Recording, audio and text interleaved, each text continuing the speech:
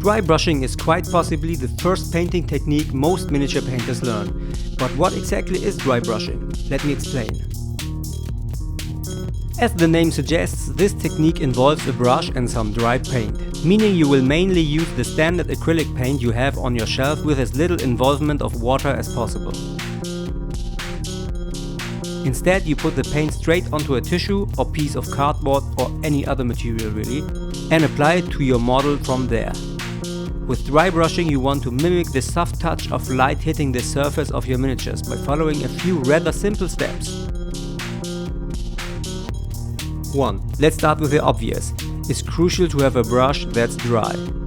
So you don't want to rinse the brush in water beforehand as usual.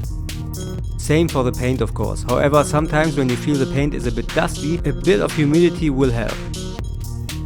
But be careful with the amount of water you mix into your paint to avoid streaks. 2. Less is more. While dry brushing, try to be careful with the amount of paint you apply to the model surface. It's better to start with a lesser amount of paint and increase it steadily to keep control of the process. 3. The final one is probably the most overlooked of them all. It's about brush pressure.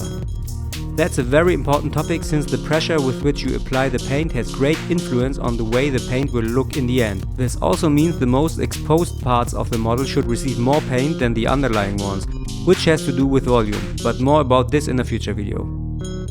These are the basics for dry brushing. There is even more to consider if you want to take your dry brushing to the next level, but for now this will make for a good start. Let me know if these tips helped you and feel free to let the community know what you consider the most important things to keep in mind for good dry brushing results in the comments below. Thank you very much for watching.